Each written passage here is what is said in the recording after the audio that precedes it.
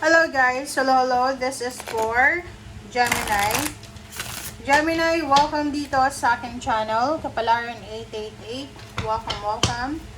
Alamin natin Gemini kung anong messages gabay para sa inyong lahat. So please comment down below guys if you are resonated. Sa mga Gemini ko na subscribers, thank you guys sa inyong lahat.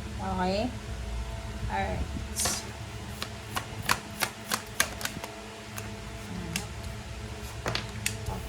Gemini,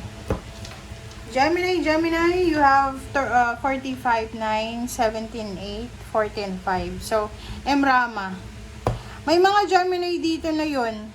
Kung makikita mo dito, siguro ang tagal mo sa lugar na yan. So, may mga pagkakataon dito, Gemini, na sa wakas, makakapag-desisyon ka na. Sa wakas, matatapos na yung paghihintay mo. This one sinasabi na yung heaviness mo na nararamdaman, stress, anxiety, depression, yung burdens ay posibleng mawala na. Okay? Yung parang makakahinga ka na ng maluwag sa ngayon. 'Di ba? Makikita mo na there's a light sa end of the tunnel. There's a solution sa mga problema mo. Parang ganun, Gemini. O, tingnan mo. I don't know kung anong problema mo. Paki-comment na sa comment section. Ano ba yan? May health issues ka ba? Meron ka bang problema sa pera, sa relationship, or whatsoever? Parang gusto mong mabago yung direction mo. Halimbawa, may trabaho ka ngayon, hindi ka na masaya.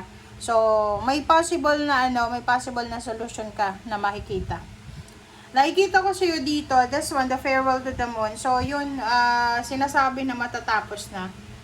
Okay? Matatapos na, Gemini, yung mga pagtitiis nyo. Matatapos na kung ano man yan, ng mga issues na yan na kailangan ng matapos.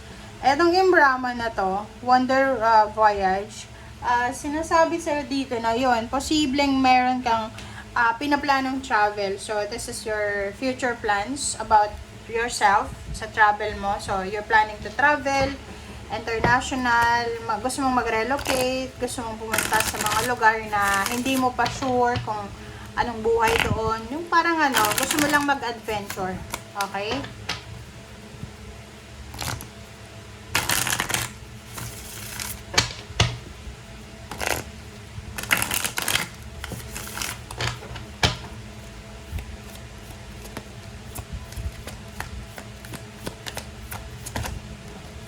Alright, Oceana. Gemini, Oceana and Yvonne. Okay, so dito sinasabi ng baraha, lalo dun sa mga Gemini na parang animal friendly kayo. So, sabi ng baraha sa'yo na yung mga animals na, like kung may pet kayo, okay, sila ay ipinadala sa inyo ng universe para maging, kumbaga magko-comfort siya sa'yo. Lalo na kung ikaw ay sad. So, kung pakiramdam mo helpless ka, hopeless ka, pakiramdam mo wala nang nakikinig sa'yo, okay? Yakapin mo lang yung yung aso mo, yung pusa mo, makipag-usap ka sa kabayo, parang ganon. Kasi, you will find security, tranquility, and serenity sa mga animals. Okay. Oceana, sabi ng Barasio dito, okay, gumawa ka ng action. Pero, make sure na yung mga actions mo, yung mga movement mo ay konektado yan sa intuition mo. Kumbaga, pakinggan mo muna yung intuition mo kung tama ba tong mga plano mong gawin. Alright. Okay. Gemini.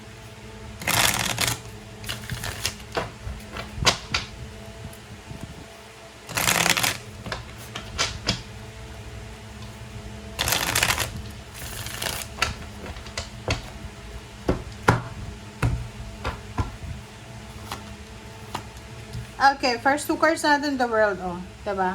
Sabi ng baraha sa'yo dito, kung nasa ibang bansa ka ngayon, Gemini, kailangan mo ng iseryoso yung pag-ipon ng pera. Lalo na kung medyo may edad ka na, nasa 40 plus years old ka na, 50 years old plus. Oras na para, baguhin mo yung mindset mo about money. Okay, kung lalaki ka or babae, tapos lahat ng sweldo mo pinapadala mo sa family mo sa Philippines, oras na daw para mayroon kang sariling pera.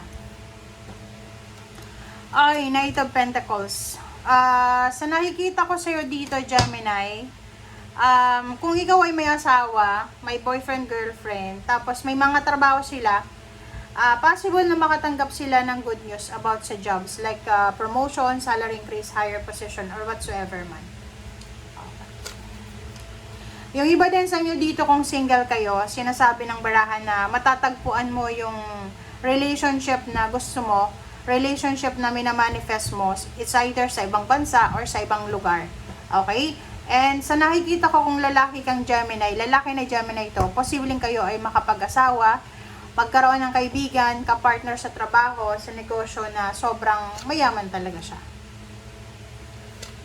Okay. And sinasabi ng Barasio dito, this is what will happen. Kaya pala, so sinasabi ng Barasio dito, Gemini, prepare yourself, ihanda mo yung sarili mo kasi hindi sa lugar kung nasan ka ngayon, sa malayong lugar, international man or local, pero malayong siya.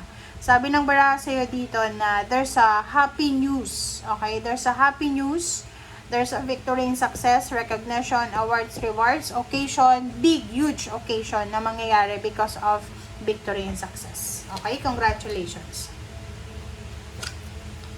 Alright, next is the High Priest and the Ten of Wands. So, dito naman sa dalawang barahan na yan, sinasabi ng baraha sa'yo na yung mga same with this one, yung mga heaviness na nararamdaman mo, yung burdens na nararamdaman mo, yung bigat, it's either obligation yan, it's either emotion, or kung ano pa man, ay posibleng matatapos na yan. So, kumapit ka lang, malapit na siya.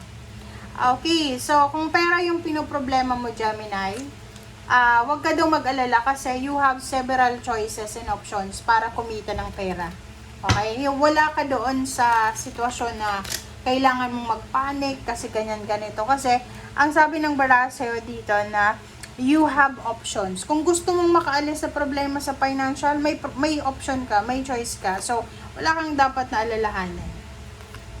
Nakikita ko, sa love life, yun, yung mga Gemini dito na medyo may edad na kayo, nasa 40 plus, 50 plus, 60 plus, siguro marami kayong regrets sa buhay. Bakit? Kasi, baka nakapag-asawa ka nga ng lalaki or babae na financially stable, pero hindi naman masaya yung puso mo. Parang ganon.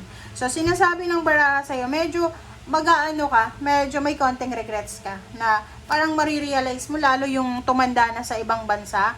Like ganito yon nung nagkaedad ka ng mga 30 years old, 25, 29, until mag-retire ka ng 60 or 50 plus. Sa ibang bansa ka, umuwi ka lang ng, like, di ba, parang marirealize mo na, bakit ako nag-asawa, di ba? Parang ganon. Ginugol mo lahat ng oras mo sa pag-ibang bansa para buhayin yung pamilya.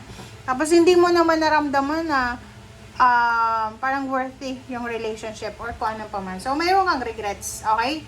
Sa ngayon, ang importante sa'yo is yung love life. Wala kang pakialam siguro sa pera. Or yung iba, pera, walang pakialam sa love life. Okay guys, thank you for watching. Bye!